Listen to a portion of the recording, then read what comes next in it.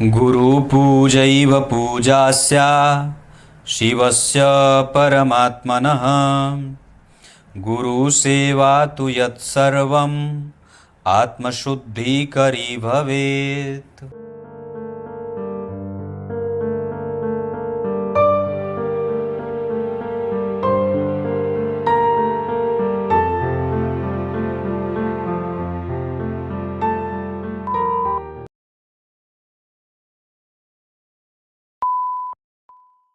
प्रिय दर्शकों, नमस्कार। एक बार फिर से उपस्थित हूँ आप सबके सामने मंगलवार के कार्यक्रम में।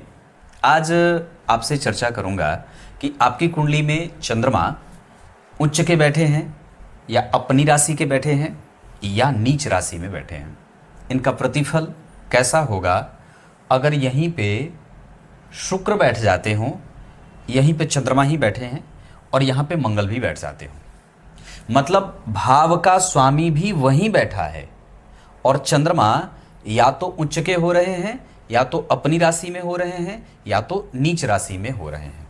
तो अगर ऐसी कभी स्थिति या ऐसी कभी हमारे सामने कुंडली आए तो हम फलादेश कैसे करेंगे? तो यहाँ हमें अगर मान लीजिए चंद्रमा के साथ यही शुक्र भाव के स्वामी होके बैठेंगे, यहाँ तो कोई चंद्रमा स्वतः अपनी राशि में बैठे हैं और चंद्रमा के साथ यहाँ अगर मंगल बैठे हैं। तो शुरू करते हैं आज का कार्यक्रम।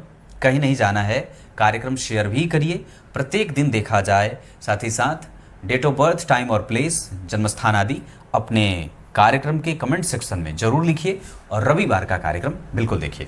कार्यक्रम के आरंभ में मैंने जो श्लोक पढ़ा है वो शिव पुराण का है, जिसमें भगवान वेदव्यास लिखते हैं, गुरु की पूजा ही वस्तुतः शिव की पूजा है।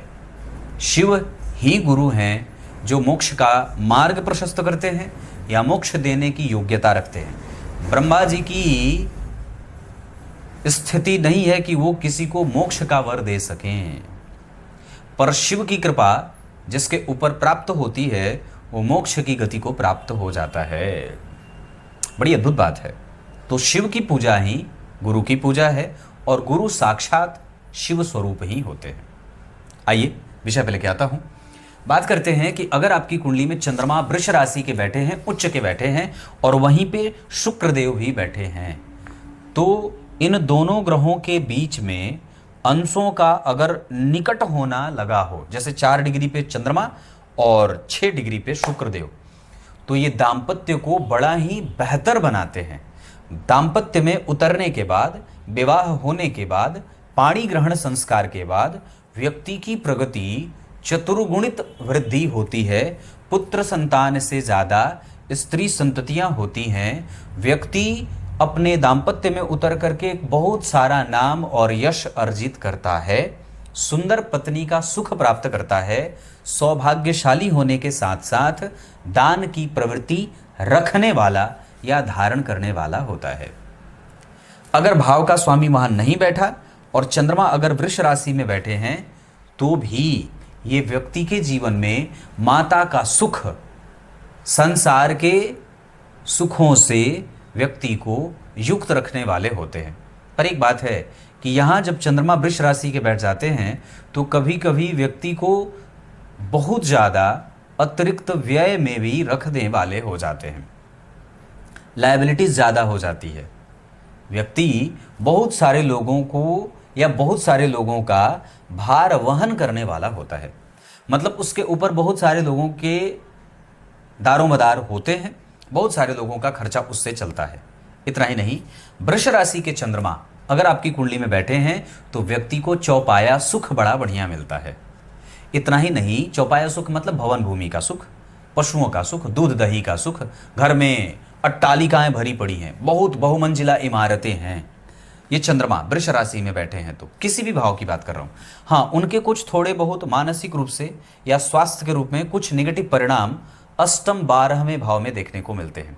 मतलब अष्टम भाव में अगर उच्च के बैठे हैं तो वो मानसिक रूप से व्यक्ति को प्रताड़ित करते हैं, शारीरिक रूप से भी व्यक्ति को चिंताओं में रखते हैं। जबकि 12वें भाव में उसके पास अतिरिक्त व्यय होने के कारण कई बार उसको ऋणानुबंधन में भी देखा जाता है, वो कई बार ऋण में भी जाते रहता है। पर ऐसा है कि वो निकलता रहता है, ऐसी कोई बात नहीं है। लेकिन चंद्रमा अगर वृष राशि में बैठे हैं तो सबसे जो अच्छी बात क्या होती है कि व्यक्ति को अपने पराक्रम पे बड़ा विश्वास रहता है। वो मेहनत के प्रति सकारात्मक भाव रखने वाला होता है। इतना ही नहीं, अगर चंद्रमा व्यक्ति की कुंडली में उच्च के होकर के बैठे हैं तो वो व्यक्ति किसी भी स्थिति में गलत निर्णय लेने वाला नहीं होता, उसका निर्णय बड़ा सही होता है, भावनात्मक लगाव, सेंटिमेंटल व्यवहार वाला होता है, सेंटिमेंटल अटैचमेंट रखने वाला होता है, कुशाग्र बुद्धि का, दुश्मनों को भी मित्र बनाने वाला, श्रेष्ठ लोगों से मैत्री करने वाला और काफ़ी विवादों से चाहे उसका कितना ही नाता हो पर अंत में जाकर के वो सारी चीज़ें क्लियर हो जाती हैं, कोर्ट केस कचहरी के मामले उसके पक्ष में आ जाते हैं और व्यक्ति मृदुभाषी होता है, पराक्रम को लेकर के बड़ा ही ऑप्टिमिस्टिक विचारधारा रखने वाला होता है। इतना ही नहीं, वो अगर स्वतंत्र व्यवसाय भी करेगा तो बहुत अच्छे तरीके से उसमें वो सफलता अर्जित कर लेता है। पशुओं की खरीद बिक्री का काम करे, पेट्रोल डीजल का काम करे, खाने पीने का काम करे, ड्राई फ्रूट का काम करे, उसके साथ वो कपड़े का काम कर सकता है, कॉस्मेटिक चीज़ों का काम कर सके, चांदी का काम कर सकता है। इस तरीके की चीज़ें वो व्यक्ति करते हुए देखा जाता है। स्वग्रही चंद्रमा का जो प्रभाव होगा वो माता को कई बार थोड़ा बहुत बीमार कर सकता है। कई बार हो सकता है कि आपको कम पैसों पे भी नौकरी करनी पड़ सकती है, पर उसका मन किसी भी अवस्था में अतृप्त नहीं रहता है, वो संतोषी प्रवृत्ति का जरूर होता है, उसको दवाइयाँ नहीं खानी पड़ती हैं और वो बीमार बड़ा कम पड़ता है। लोगों के बीच में उसकी साख मजबूत होती है और वो निरंतर प्रयासरत रहता है आगे बढ़ने के लिए। यहाँ वृष के चंद्रमा उसको प्रयासों में सफलता भी देते हैं। वृष के बाद कर्क के जो चंद्रमा होते हैं वो निरंतर व्यक्ति को गतिशील बुद्धि का बनाते हैं। इतना ही नहीं, उसके व्यवहार में काफ़ी ज़्यादा संतुलन भी देखने को मिलता है।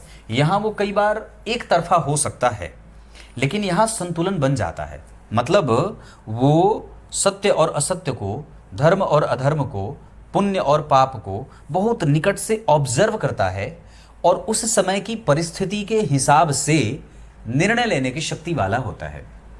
तथ्य को समझने वाला, चिंतन करने वाला, प्रैक्टिकल भाव रखने वाला, सबका आदर करना है पर कौन उसके योग्य है और कौन उसके योग्य नहीं है ये समझ करके अपने आदर के परसेंटेज को बढ़ाने वाला कह सकते हैं कि होता है।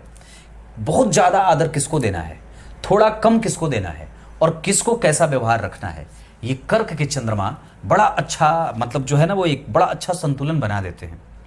अगर कर्क राशि के चंद्रमा हैं तो व्यक्ति झगड़ा भी करेगा, मित्रता भी करेगा, दुश्मनी भी बना के रखेगा और दुश्मनों के प्रति रवैया सख्त रखता है। किसी भी स्थिति में संतुलन बनाने के लिए वो कोई भी उसमें कॉम्प्रोमाइज नहीं करता है। बड़ी गहरी बात है। ये चंद्रमा जन्म कुंडली के सबसे विशाल ग्रहों में से एक हैं। किस मामले में? महत्वपूर्ण ग्रहों में सबसे ज़्यादा, क्योंकि सारे के सारे ग्रह चंद्रमा की ओर ताकते हैं।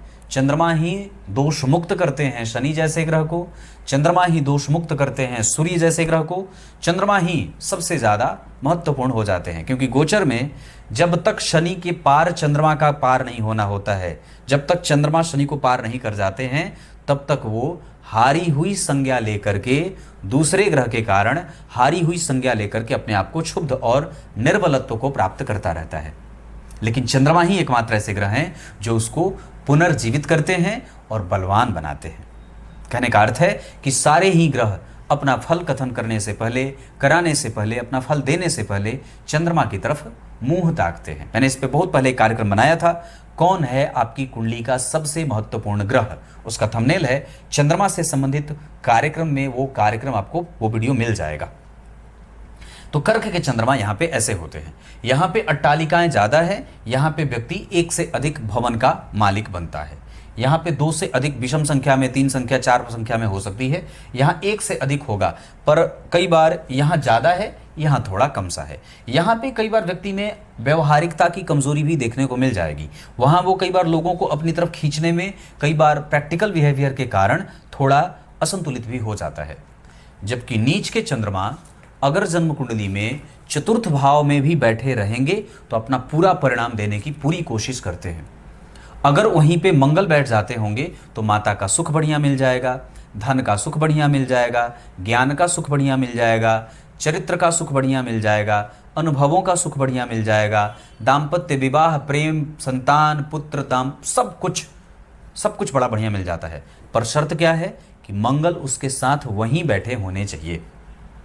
अगर मंगल वहां चंद्रमा के साथ वृश्चिक राशि में नहीं बैठेंगे तो चंद्रमा का नीचभंग राजयोग नहीं होगा। इसके कारण चंद्रमा में प्रायः उसके कमजोर होने की प्रबल संभावना हो जाती है। अब एक बात और है, मान लीजिए चंद्रमा कर्क राशि के हैं, मतलब कर्क राशि की कुंडली बनती है और चंद्रमा पंचम भाव में नीच के बैठे हैं, और अगर उसके आसपास के ही क्षेत्र में मंगलदेव नहीं बैठे हैं तो ये चंद्रमा को कमजोरी मिल जाएगी। लेकिन चूंकि लग्नेश होकर के पंचम भाव में बैठे हैं, इस वजह से वहां पे उनको कमजोरी मिलेगी, मतलब बहुत ज्यादा डिप्रेस नहीं हो जाएंगे, थोड़े सामान्य डिप्रेस होंगे, सामान्य कमजोरी देंगे। लेकिन अगर वहीं पे मंगल भी बैठे हैं तो ये कमजोरी समाप्त हो जाती है, जहां दाम्पत्य, विवाह, प्रेम, यश, मान, पद, प्रतिष्ठा, कुल गौरव, गोत्र, संतान आदि का सुख बड़ा ही अच्छे तरीके से जातक को मिल जाता है। आपकी कुंडली में चंद्रमा कहां बैठे हैं, कमेंट करके बताइएगा। कुछ इसी तरीके से आज के इस कार्यक्रम का समापन करते हैं। तब तक के लिए इजाजत दीजिए, कल एक बार फिर से उपस्थित होंगे आप सबके सामने। बहुत बहुत नमस्कार।